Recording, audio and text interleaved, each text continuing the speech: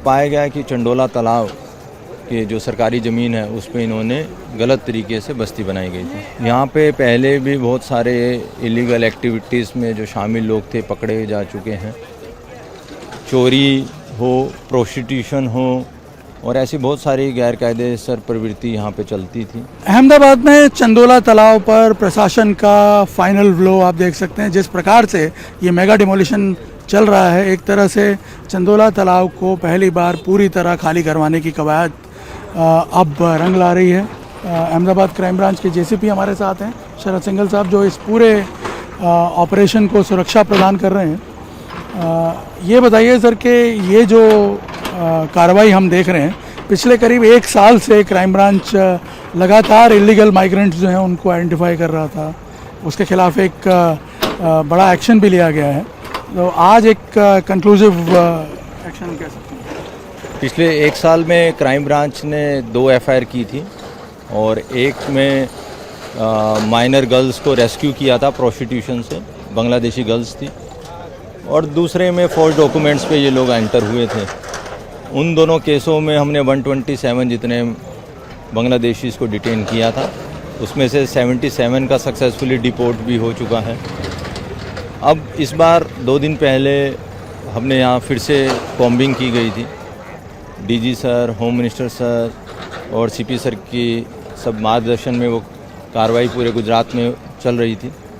उसमें हमने 890 जितने शंकास्पद जो लग रहे थे, जिनके पास डॉक्यूमेंट्स नहीं थे या जो खुद बोल रहे थे वो बांग्लादेश से हैं, या उनके पास उनकी जो भाषा थी बांग्लादेशी या उस साइड की थी, या उनके पास कोई आइडेंटिटी प्रूफ नहीं थे, उनको डिटेन किया था। उनकी वेरिफिकेशन अभी भी चल रही है।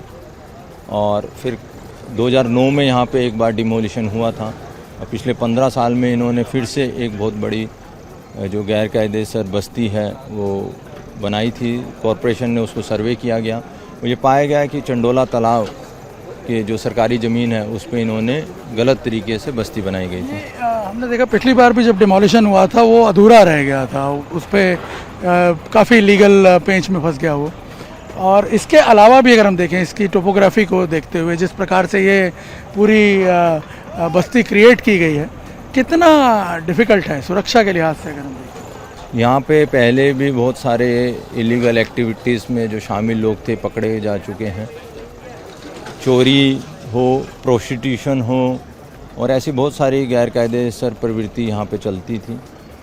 ये एएमसी अहमदाबाद म्यूनिसिपल कॉरपोरेशन की जवाबदारी है कि एक बार दबान हटाने के बाद फिर से दबान ना हो, क्योंकि मिलकत जो है वो सरकार की मिलकत का देख रेख कॉरपोरेशन को देखना था। और मैं समझता हूँ और मानता भी हूँ कि इसके बाद वो कुछ ठोस कदम उठाएंगे जिससे कि फिर से घुसनखोरी और दबान ना हो। पुलिस को क्या प्रिपरेशन करनी पड़ी आज?